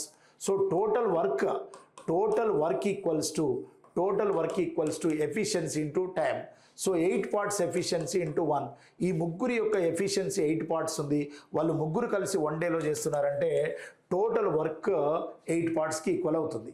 ఈ 8 parts వర్క్ గురించి ఇప్పుడు ఏం చెప్తున్నాడంటే అమిత్ మరియు చందన్ ఒంటరిగా పని పూర్తి చేయడానికి పట్టే రోజుల్లో తేడా. ఇప్పుడు 8 parts వర్క్ను అమిత్ చేయాలంటే అమిత్ ఎఫిషియన్సీ ఎంత ఉంది? 5. 8 parts వర్క్ అమిత్ చేయాలంటే 5 1s are 5 6s are 1.6 days పడుతుంది. తర్వాత చందన్ అన్నాడు, అదే 8 parts వరకు చందన్ చేయాలంటే చందన్ ఎఫిషియన్సీ ఎంత ఉంది? 2 ఉంది. 8/2 అంటే 4 అవుతుంది. మరి అమిత్కు 1.6 days పడుతుంది, చందన్కు 4 days పడుతుంది. వీళ్ళిద్దరికి బట్టే టైంలో డిఫరెన్స్ అంటే 1.6కి 4కి డిఫరెన్స్ వచ్చేసి 2.4 days అవుతుంది. సో 2.4 days అనేది మన answer. That is in the second option. Okay, second option. So next 17th question ఒకసారి అబ్జర్వ్ చేద్దాం. A, B and C can complete a work in 10 days, 20 days, 30 days respectively. They start working together and work for 4 days. After 4 days, A starts the work with double efficiency. C starts with half his efficiency. In how many days will the work be completed? So ఇక్కడ సింపుల్గా మనం first ఏం చేద్దామంటే ఏ అనే person, B అనే person, C అనే person ఆ వర్క్ని ఎన్నెన్ని డేస్లో చేస్తున్నారో చాలా క్లియర్గా చెప్పాడు కదా. 10 days, 20 days, 30 days. So A efficiency 1/10, B efficiency 1/20, C efficiency 1/30. So మనం ఎల్సిఎం తీసుకుంటే 10 into 6, 20 into 3, 30 into 2. సో ఈ ఏబిసి యొక్క ఎఫిషియన్సీ ఎలా ఉందంటే 6:3:2 ఉంది. ఈ టోటల్ ఎఫిషియన్సీ ఎంత ఉంది? 11 ఉంది. సో టోటల్ వర్క్ ఎంత ఉంది? 60 parts ఉంది. 60 parts వర్క్ ఉంది. వీళ్ళ ముగ్గురు ఎఫిషియన్సీ కలిపితే 11 parts ఉంది. ఇక్కడ మనం అబ్జర్వ్ చేయాల్సింది ఏంటంటే వర్క్ స్టార్ట్ చేసిన పర్సన్స్ 3 persons, ముగ్గురు స్టార్ట్ చేశారు. ఏబిసి ముగ్గురు స్టార్ట్ చేసి ఎన్ని డేస్ చేశారు? 4 days చేశారు. మరి 60 parts వర్క్లో వీళ్ళు ముగ్గురు ఎఫిషియన్సీ 11 ఉంటుంది. వాళ్ళు 4 days చేశారంటే 44 parts వర్క్ ఫినిష్ అయింది. 60లో 44 parts ఫినిష్ అయితే ఇంకెంత వర్క్ ఉంది? 16 parts వర్క్ ఉంది. అప్పుడు ఏమయ్యారంటే ఈ 16 parts వరకు సెకండ్ హాఫ్లో కావాలి. కానీ అప్పుడు ఏమైందంటే ఏ అనేటోడు డబుల్ ఎఫిషియన్సీ 2 అయ్యాడు, బిలో చేంజెస్ ఏం లేదు, సి ఆఫ్ అయ్యాడు. అంటే 16 parts వర్క్ చేసేటప్పుడు ఏమవుతుందో చూద్దాం. ఆ 16 parts వర్క్ చేసేటప్పుడు ఏ ఎఫిషియన్సీ డబుల్ అయింది అంటే 6 ఉన్న ఎఫిషియన్సీ 12 అయింది. బి ఎఫిషియన్సీలో ఎలాంటి చేంజెస్ లేవు, 3 యాజ్ ఇట్ ఈజ్ ఉంది. సి అనే 1 ఎఫిషియన్సీ ఆఫ్ అయింది, 2 ఉన్నది 1 అయింది. అంటే సింపుల్గా 16/16 అవుతుంది. 16/16 అంటే ఎంత టైం పడుతుంది? 1 డే పడుతుంది. అంటే ఫస్ట్ 4 days టైం పట్టింది, సెకండ్ 16 partsకి 1 day పట్టింది. టోటల్ వర్క్కి ఎన్ని డేస్ పడుతుంది అంటే 5 days అనేది మన ఆన్సర్ అవుతుంది. సో క్వశ్చన్లో ఏం చెప్తున్నాడు? మొత్తం పని పూర్తి కావడానికి ఎన్ని రోజులు పడుతుంది? సో 5 days అనేది మనకు ఆ వర్క్ మొత్తం ఫినిష్ కావడానికి తీసుకునే టైం 5 days. ఓకే, ఫస్ట్ ఇక్కడ మనం అబ్జర్వ్ చేయాల్సింది ఏంటంటే ఫస్ట్ 4 days వాళ్ళ నార్మల్ ఎఫిషియన్సీ తోటి, వాళ్ళకున్న యూజువల్ ఎఫిషియన్సీ తోటి వాళ్ళు వర్క్ చేశారు. So 11 parts efficiency into 4 days, that is equals to 44 parts of work. So 60 parts minus 44, that gives 16 parts of work. This 16 parts of balance work with the efficiency of A double and B same, C half of the efficiency. So this total efficiency is equals to 16 parts. Total work also 16 parts. Work by efficiency, that gives time. So 1 day time. Starting 4 days, ending 1 day. So the total time is equals to 5 days. So 5 days is the third option. Alright, next question. A water tank has 3 taps A, B and C. A fills 4 buckets in 24 minutes. B fills 8 buckets in 1 hour. C fills 2 buckets in 20 minutes. If all the taps are opened together, an emptied tank filled in 2 hours. If each bucket contains 5 liters of water, what is the average capacity of the tank? Okay, ఇక్కడ ఒక నీటి tank అనేది మనం తీసుకున్నప్పుడు ఇక్కడ ఏమవుతుందో చూడండి. ఒక నీటి ట్యాంక్కి ఏబీసీ అనే 3 ట్యాప్లు ఉన్నాయి. ఏ 24 minutes, ఓకే, ఏ 24 minutesలో 4 bucketsని ఫిల్ చేస్తుంది. అంటే చూద్దాం మనం. ఏ అనేటటువంటిది ట్యాపు 24 minutes టైం ఉంది, 24 minutes టైం ఉంది అండ్ 4 buckets ఫిల్ చేస్తుంది. 4 buckets. బి అనేది 1 hourలో 8 buckets. బి 1 hour అంటే 60 minutes కదా. 1 bucket 8 buckets, 8 buckets. B 1 hourలో 8 buckets. C 20 minutesలో 2 buckets. 2 buckets fill చేస్తుంది. అన్ని ట్యాపులు ఒకేసారి తెలిస్తే ఖాళీ ట్యాంకు 2 గంటల్లో నిండుతుంది. Okay, right. ఇక్కడ మనం ఒక పని చేద్దాం. నేను ఏం చేస్తున్నానంటే ఇది 24 minutesలో 4 buckets ఫిల్ చేస్తుంది, ఇది 60 minutesలో 8 buckets ఫిల్ చేస్తుంది, ఇది 20 minutesలో 2 buckets ఫిల్ చేస్తుంది. అంటే మనం ఫస్ట్ అక్కడ ఉన్న టైంకి ఎల్సిఎం చేయాలి. 24 minutes, 60 minutes, 20 minutes ఎల్సిఎం చేస్తే మనకు వచ్చేది 120 minutes అవుతుంది. అంటే ఫస్ట్ టైం ఈక్వల్ చేయాలి. మనం టైం ఈక్వల్ చేయాలంటే మనం ఏం చేయాలంటే ఇక్కడ చూడండి, 24ని మనము 120కి ఈక్వల్ చేయాలంటే మనం 5తో మల్టిప్లై చేయాలి. ఇక్కడ 5 మల్టిప్లై అయిందంటే ఇక్కడ కూడా 5 మల్టిప్లై కావాలి. 60ని 120కి ఈక్వల్ చేయాలంటే into 2. So here also into 2. So 20ని ఇంటూ 6, హియర్ ఆల్సో ఇంటూ 2. అంటే చూడండి ఇక్కడ ఇప్పుడు ఇది 120 minutes. ఏ అనేది 120 minutesలో ఎన్ని బకెట్స్? 20 buckets. బి అనేది 120 minutesలో ఎన్ని బకెట్స్? 16 buckets. సి అనేది 120 minutesలో ఎన్ని బకెట్స్? 16 buckets. రైటా? సో ఇక్కడ ఏమవుతుందంటే మనము ఇక్కడ అబ్జర్వ్ చేస్తే 120 minutes, 120 minutes, 120 minutes అంటే 2 hours కదా. 2 hours. సో ఇక్కడ ఏం చెప్తున్నాడు అంటే మనకు 2 hoursలో ఏబిసి అనేది ఎన్ని బకెట్స్కి ఈక్వల్ అవుతుందో మనం చూస్తే 8 buckets, ఇది 2 buckets, రైట్. ఇక్కడ చూడమ్మా. సో ఇక్కడ 20 buckets, 16 buckets, 16 buckets అంటే టోటల్ ఎన్ని బకెట్స్ అవుతుంది? 2 hoursలో ఏలో 2 hoursలో ఏ 20 buckets ఫిల్ చేస్తుంది, 2 hoursలో బి 16 buckets ఫిల్ చేస్తుంది, 2 hoursలో సి 16. 32 + 2 అంటే మొత్తము 32, 16, 32 + 20, 52 buckets. ఈ 52 buckets అనేది ఎన్ని అవర్స్లో? ఈ 3 పని చేస్తే 2 hoursలో చెప్పాడు. ఒకేసారి ఖాళీ ట్యాంకులు తెరిస్తే 2 గంటల్లో ట్యాంకు నిండుతుంది. అంటే 3 ట్యాపులు ఒకేసారి 2 గంటల పాటు పనిచేస్తే ఆ ట్యాంకులోకి వస్తున్న బకెట్లు ఎన్ని? 52 buckets. కానీ ఒక్కొక్క బకెట్లో ఎన్ని లీటర్స్ అని చెప్పాడు? 5 liters అని చెప్పాడు. So 52 buckets × 5, so 260.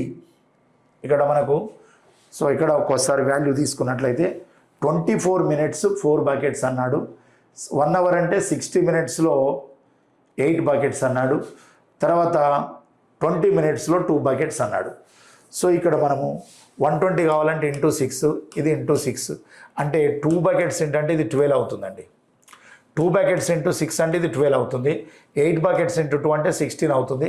4 buckets into 5 అంటే 20 అవుతుంది. ఇక్కడ 52 కాదు, 16 + 12 అంటే ఎంత 28, 48 buckets అవుతుంది ఇది. సో టోటల్ వాల్యూ 52 కాదు 48 buckets. ఈ 48 buckets అంటే ఈ 3 ట్యాపులు పనిచేస్తే 2 అవర్స్లో 48 buckets ఆఫ్ వాటర్ ట్యాంక్లోకి వస్తుంది. బట్ ఒక్కొక్క బకెట్లో ఎన్ని లీటర్స్ ఉంది, 5 లీటర్స్ ఉంది. అంటే ఇది 5 × 8 అంటే 40 అవుతుంది, 5 × 40 అంటే 200 అవుతుంది.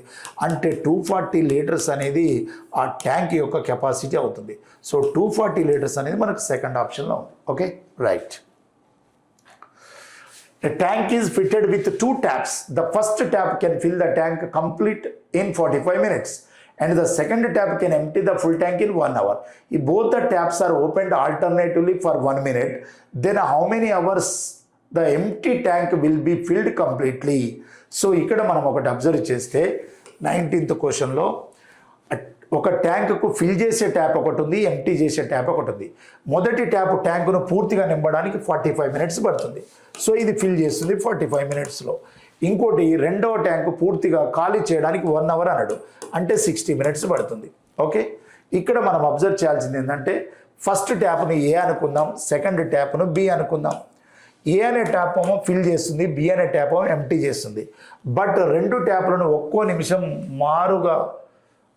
మారుగా తెరిస్తే ట్యాంక్ మొత్తం ఎప్పుడు ఫిల్ అవుతుంది అన్నాడు. అంటే ఇక్కడ మనం అబ్జర్వ్ చేయాల్సింది ఏంటంటే ఫస్ట్ మినిట్ ఫిల్ చేసే ట్యాప్ పనిచేస్తే సెకండ్ మినిట్ ఎంటీ చేసే ట్యాప్ పనిచేస్తుంది.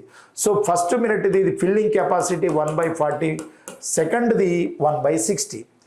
45కి 60కి ఎల్సిఎం తీసుకుంటే మనకు 360 అవుతుంది. సో 360 అంటే 60 × 6, 45 × 8. సో 360 తీసుకోవచ్చు, 180 కూడా తీసుకోవచ్చు. 45కి 60కి ఎల్సిఎం మనం 180 తీసుకుంటే 60 × 3 అవుతుంది, 45 × 4 అవుతుంది. సో ఇక్కడ ఇది 4:3 అవుతుంది. అంటే ఇది 4 parts ఫిల్ చేస్తే ఇది 3 parts ఎంటీ చేస్తుంది. ట్యాంక్ మొత్తం 180 parts ఉంది. ఇప్పుడు చూడండి, ఫస్ట్ ఇది ఫిల్ చేస్తుంది, ఇది ఎంటీ చేస్తుంది. ఇది 4 parts ఫిల్ చేస్తుంది, ఇది 3 parts ఎంటీ చేస్తుంది. రిజల్ట్ 1 part ఉంటుంది. ఈ 1 part ఫిల్ కావడానికి 2 minutes టైం పట్టింది. 2 minutes. Okay, right. 1 part fill కావడానికి 2 minutes టైం పడుతుంది. మనం ఏం చేయాలంటే డైరెక్ట్ 180కి అప్లై చేయొద్దు. ఈ క్వశ్చన్లో ఉన్నటువంటి ఎప్పుడైనా ఇలాంటి క్వశ్చన్స్లో ఫస్ట్ ట్యాప్ ఫిల్ చేస్తుంది, సెకండ్ ట్యాప్ ఎంటీ చేస్తుంది అంటే టోటల్ ట్యాంక్ 180 partsకి తీసుకోవద్దు. ఎందుకంటే ఎండింగ్లో ఉన్న ట్యాప్ ఎంటీ చేసే ట్యాప్. మరి ఫస్ట్ది ఫిల్ చేసి సెకండ్ది ఎంటీ చేస్తున్నప్పుడు నువ్వు టోటల్ తీసుకున్నట్లయితే సెకండ్ ఆర్డర్ ఎవరికి ఇస్తున్నట్టు, నువ్వు ఎంటీ ట్యాప్కి ఇస్తున్నట్టు. కాబట్టి అలా ఎంటీ ట్యాప్కి ఇస్తే మళ్ళీ ట్యాంక్ ఎంటీ అవుద్ది. కాబట్టి ఇలాంటి కండిషన్లో ఫిల్ చేసేది ఎంటీ చేసేది ఉన్నప్పుడు మనం లాస్ట్ టోటల్ ఫైండ్ అవుట్ చేయకుండా ఎండింగ్లో ఫిల్ చేసే ట్యాపే రావాలి. కాబట్టి ఫిల్ చేసే వాల్యూ సైడ్ చేయాలి. 180లో 4 సైడ్ చేస్తే ఎంత ఉంటుంది, 176కే ఫైండ్ అవుట్ చేయాలి. ఎందుకు ఈ 4 parts ఎందుకు సైడ్ చేయాలంటే ఎండింగ్లో ఫిల్ చేసే ట్యాప్ ఉండాలి, అది వచ్చి మళ్ళీ 4 parts ఫిల్ చేయాలి. సో 1 partకు 2 minutes అయితే 176 ఎంత అంటే 1 × 176, హియర్ ఆల్సో 176. సో 176 అయిందంటే ఇంటూ 176 కదా, 176 × 2 అంటే 2 × 6 12, 17 × 2 34, 352 minutes అవుతుంది. సో 352 minutes ఇంతవరకు అయిపోయింది. ఈ 352 minutes అయిన తర్వాత ఇంకా 180లో 170 పోతే ఎన్ని పార్ట్స్ ఉంది, ఈ 4 parts ఏదైతుందో ఇది వచ్చి ఇప్పుడు ఎండింగ్లో ఏ వచ్చి ఫిల్ చేస్తుంది. దానికి 1 minute పడుతుంది. 4 parts ఎంటీ ఉంది, 4 ఎఫిషియన్సీ ఉంది. Work by efficiency time 1 minute. So 352 + 1 353 minutes పడుతుంది. 353 minutes టైం పడుతుందంటే 360 minutes కన్నా 7 minutes తక్కువ. అంటే 6 hours కన్నా 7 minutes తక్కువ.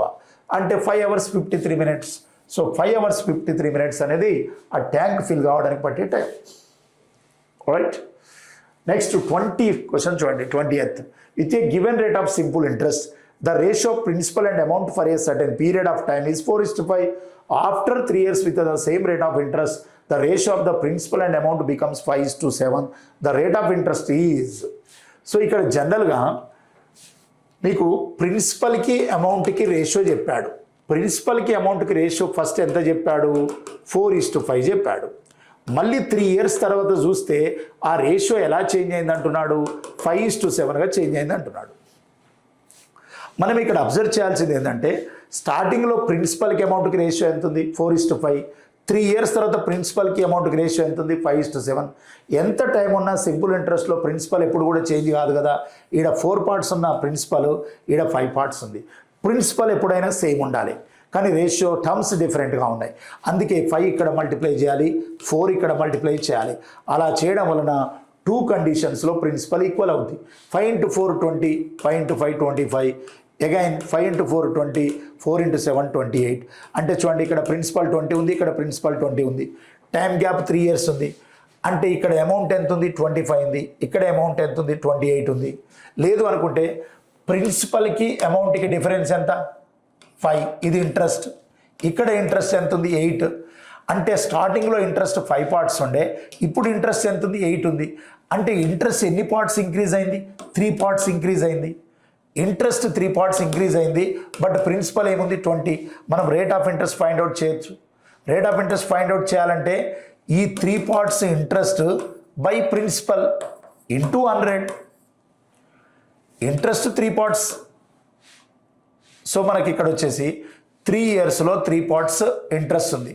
మనం ఫైండ్ అవుట్ చేయాలంటే రేట్ ఆఫ్ ఇంట్రెస్ట్ చూడండి ఇక్కడ ఇలా చేయొచ్చు. లేకుంటే PTR/100 ఫార్ములా యూజ్ చేస్తే ప్రిన్సిపల్ ఎంత, 20. టైం ఎన్ని years, 3 years. Rate of interest we don't know, by 100. So interest ఎంత ఇంక్రీజ్ అయింది, 3. So 3 cancel. 20/100 అంటే 25 are 100. So R equals to 5%. అంటే రేట్ ఆఫ్ ఇంట్రెస్ట్ అనేది ఏమవుతుంది మనకంటే 5% అవుతుంది. చూడండి ప్రిన్సిపల్ని ఈక్వల్ చేసాం. ఇంట్రెస్ట్ ఇక్కడ 5 ఉన్నది, ఇక్కడ 8 అయింది. ఇంట్రెస్ట్లో చేంజెస్ 3, టైంలో చేంజెస్ 3. ప్రిన్సిపల్ కాన్స్టెంట్, టైంలో చేంజెస్ 3, ఇంట్రెస్ట్లో changes 3. Rate of interest also constant. So R value 5%. So next question చూడండి. A owes B rupees 2600 payable at 2.5 years. Hence, if also B owes A rupees 3180 payable in 6 months hence. If they want to settle the account keeping 12% as the rate of simple interest, then who should pay whom and how much? ఇక్కడ ఏమంటుండు, ఏ బీకి 2600 ఇవ్వాలి. అంటే ఏకున్న అప్పు అన్నట్టు. ఇది ఎన్ని సంవత్సరాల తర్వాత ఇవ్వాలి, 2.5 తర్వాత ఇవ్వాలి. అంటే ఏ అనేవాని అప్పు ఇచ్చాడు ఇక్కడ. ఏ అనేవాడు బీకి 2600 ఇవ్వాలి. ఎన్ని సంవత్సరాల తర్వాత ఇవ్వాలి, 2.5 సంవత్సరాల తర్వాత ఇవ్వాలి. అలానే బి ఏకి ఎంత ఇవ్వాలి, 3180 ఇవ్వాలి. ఎన్ని నెలల తర్వాత ఇవ్వాలి, 6 నెలల తర్వాత ఇవ్వాలి. వాళ్ళిద్దరు కూడా సింపుల్ ఇంట్రెస్ట్ ఎంత ఉంది, రేట్ ఆఫ్ ఇంట్రెస్ట్ 12% ఉంది. అయితే 12%గా తీసుకొని ఇప్పుడే ఖాతాలు సర్దుబాటు చేయాలంటే ఎవరికి ఎంత చెల్లించాలి అంటుంది. ఓకే, ఏ అనేటోని మొత్తం అమౌంట్, టోటల్ అమౌంట్ ఎంత ఉందో చూద్దాం. అప్పు అంటే ఏంది, అందులో అసలు ఉంది, వడ్డీ ఉంది. 2600 ఇవ్వాలి ఏ అనేటోడు. ఎవరికి ఇవ్వాలి, బీకి. బి అనేవాడు ఎంత ఇవ్వాలి, 3180 అమౌంట్ ఇవ్వాలి. ఎవరికి ఇవ్వాలి, ఏకి ఇవ్వాలి. కాకపోతే బి అనేటోడు ఎవ్రీ 6 monthsకి, అంటే 6 months తర్వాత ఇవ్వాలి, వీడు 2.5 తర్వాత ఇవ్వాలి. ఓకే, ఇక్కడ చూడండి ఇంట్రెస్ట్ చూసేటప్పుడు మనము 2.5 years rate of interest 12%. Simple interest ఎంతో చూద్దాం. సింపుల్ ఇంట్రెస్ట్ అంటే మొత్తం చేయాల్సిన అవసరం లేదు, time into rate of interest చేస్తే చాలు. టైం 2.5 years అంటే 5/2, రేట్ ఆఫ్ ఇంట్రెస్ట్ 12% అంటే 30% ఇంట్రెస్ట్ ఉంది. వీడు 12% simple interest, time into rate of interest. So వీడు కూడా టైం వచ్చేసి 6 months 12%. కానీ 6 months ఉండదుగా, ఇయర్లో ఉండాలంటే బై 12. అంటే వీడు 6% ఇంట్రెస్ట్ ఇవ్వాలి. 6 నెలలు 12% అంటే 6%. ఓకే, ఇప్పుడు ఈయన అమౌంట్ ఎంత అవుతుందో తెలుసా, 100 ప్రిన్సిపల్ 6 ఇంట్రెస్ట్ అంటే వీని అమౌంట్ 106 అయింది. వీని అమౌంట్ ఎంత అయింది అంటే 100 ప్రిన్సిపల్ 30 ఇంట్రెస్ట్ అంటే వీని అమౌంట్ 130 అవుతుంది. ఈ 130 అమౌంట్ వాల్యూ ఎంత ఉంది, 2600 ఉంది. అంటే వీని అప్పు ఎంత, అసలు ఎంత అంటే 100కి ఎంతో కనుక్కోవాలి. వీని అమౌంట్ ఎంత ఉంది, 106 ఉంది. అది క్వశ్చన్లో 3180 ఉంది. ఇది 100 అంటే వీని అప్పు ఎంతో తెలుస్తుంది. So 0 cancel. ఇది 20 అంటే ఇది 2000 వీని అప్పు. ఇదేమవుతుందంటే 106 into 3 30లో పోయింది 3000, అంటే బిది 3000, ఏ 2000, అంటే బి దగ్గర 1000 ఎక్కువనే, ఏ దగ్గర 1000 తక్కువన్నాయి. ఇప్పుడు అకౌంట్ సెటిల్ చేయాలంటే బి అనేటోడు ఏకి 1000 ఇవ్వాలి, బి అనేవాడు ఎవరికి 1000 ఇవ్వాలి, ఏకి 1000 ఇవ్వాలి. క్వశ్చన్లో ఏమన్నాడు, ఎవరికి చెల్లించాలి, 1000 రూపీస్ టు ఏ అంటే ఏ అనే వానికి 1000 చెల్లించాలి. ఎవరు చెల్లించాలి, బి చెల్లించాలి. 1000 రూపాయలు ఏకి చెల్లించాలి. థర్డ్ ఆప్షన్ మన answer. 22. If the difference between the compound interest and simple interest and is sum at the rate of 5% per annum for 3 years is 36.60, then the sum will be. So 3 సంవత్సరాలకు చక్రవడ్డీకి బారు వడ్డీకి తేడా ఇచ్చినప్పుడు అసలు కనుక్కోవడానికి కానీ భేదం కనుక్కోవడానికి మీకు formula principal equals to difference into 100³ by R square of 300 plus R అనే ఫార్ములా యూజ్ చేస్తాం మనం. ఇది స్టాండర్డ్ క్వశ్చన్. సో ఇక్కడ రేట్ ఆఫ్ ఇంట్రెస్ట్ 5% ఉంది, టైమ్ 3 ఇయర్స్కే ఈ ఫార్ములా, ఓన్లీ 3 ఇయర్స్కా ఫార్ములా. డిఫరెన్స్ 36.6 ఇచ్చాడు, మనము అసలు ఏదో కనుక్కోవాలి. డిఫరెన్స్ 36.60 ఇచ్చాడు, 100³ అంటే 100 ఇంటూ 100 బై ఆర్ స్క్వేర్ అంటే 25, 300 ప్లస్ ఆర్ అంటే 305. ఓకే, 25 4s are 100, 2 digits తర్వాత డెసిమల్ తీసేస్తే ఒక 100 క్యాన్సల్, రైటా. 5 6s are 5 1s are 5 20s are 61 into 6 366 0 60, 6 into 2 12, 12 into 4 48, 48 పక్కన 2 zeros. సో 4800 అనేది మన ఆన్సర్ అవుతుంది. So that is in the 4th option, right. Next question ఒకసారి అబ్జర్వ్ చేద్దాం. On some of rupees 8960, the rate of interest for the first year is 12.5%. 12.5% అంటే ఇది 1/8. Second year is 14.27% అంటే ఇది 1/7. థర్డ్ ఇయర్ ఈజ్ 10% అంటే 1/10. So ఇక్కడ మనం observe చేయాల్సింది ఏంటంటే ఇక్కడ 8960 అనేటటువంటి ప్రిన్సిపల్ ఉంది, దాని మీద అమౌంట్ కనుక్కోవాలి. 8960 ప్రిన్సిపల్ ఉంది, ఫస్ట్ ఇయర్ 12.5% వడ్డీ రేట్ అంటుండు, సెకండ్ ఇయర్ 14.27% వడ్డీ రేట్ అంటుండు, థర్డ్ ఇయర్ 10% అంటుండు.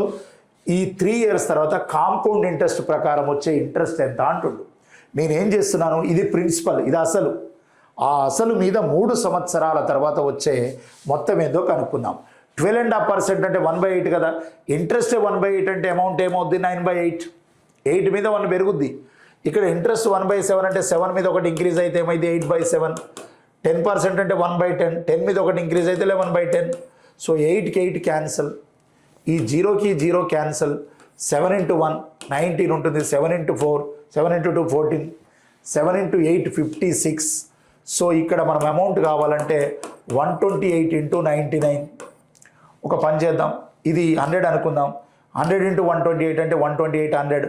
12800లో నుంచి మనం మళ్ళీ 128 తీసేయాలి, 12800లో నుంచి మళ్ళీ 128 తీసేయాలి, ఎందుకంటే ఒకటి ఎక్కువ అనుకున్నాం కదా.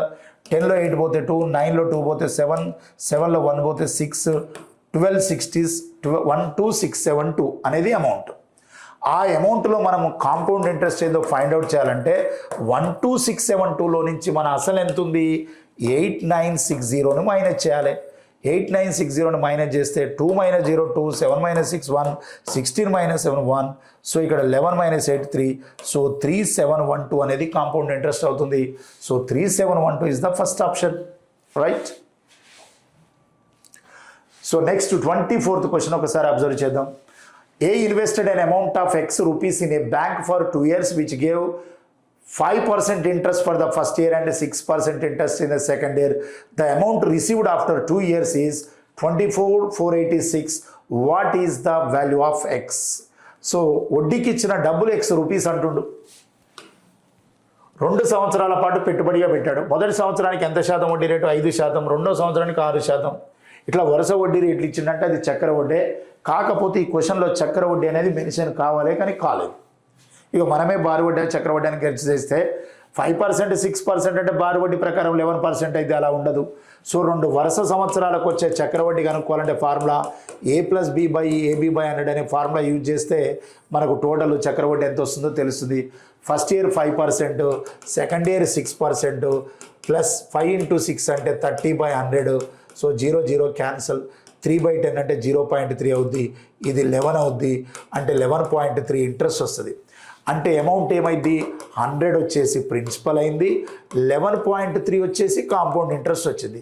అంటే టోటల్ అమౌంట్ ఏమవుద్దంటే 111.3 అవుద్ది. ఆ 111.3 అమౌంట్ మన క్వశ్చన్లో 24486 అని ఇచ్చాడు.